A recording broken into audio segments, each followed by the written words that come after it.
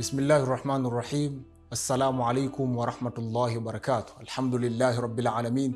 Wassalatu wassalamu ala ashrafil anbiyai wal mursalin wa ala alihi wa sahbihi ajma'in, amma ba'd. Langu jina naitwa Ustadh Maalim Ibn Umar. Tupo ndani ya mwezi mtukufu wa Ramadhan na leo ni Ramadhani mosi. Neno hili Ramadhani ni neno la lugha ya Kiarabu ambalo limechukuliwa na kutolewa kutoka katika kitenzi ramidha.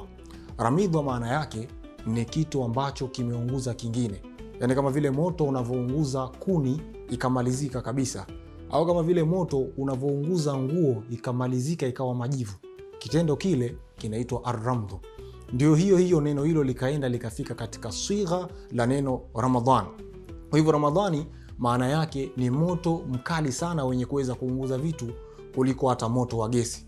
Na ndio maana hata hadithi ya Bwana Mtume Muhammad sallallahu alaihi wasallam aliposema atakum ramadhanun shaharum mubaraka, ama katika riwaya nyingine atakum ramadhanu shaharu baraka, kwamba umekujieni mwezi huu mtukufu wa Ramadhani, mwezi wa kuyachoma madhambi. Yaghshakumullahu fihi, lakini katika mwezi huu Mwenyezi Mungu hukufunikeni, kisha fayanzilu rahma, uteremsha rehma katika mwezi huu.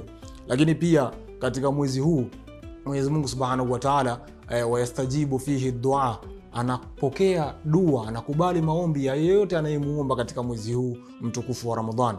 Lakini pia Mwenyezi Mungu Subhanahu wa Ta'ala anatutazama, fayandhuru fi anfusikum min alkhair, utazama katika nyoyo za waja katika mwezi huu kushindana katika mambo ya khairi. Inawezekana kuna mtu anahitaji kupata futari, kuna mtu anahitaji kadha wa kadha.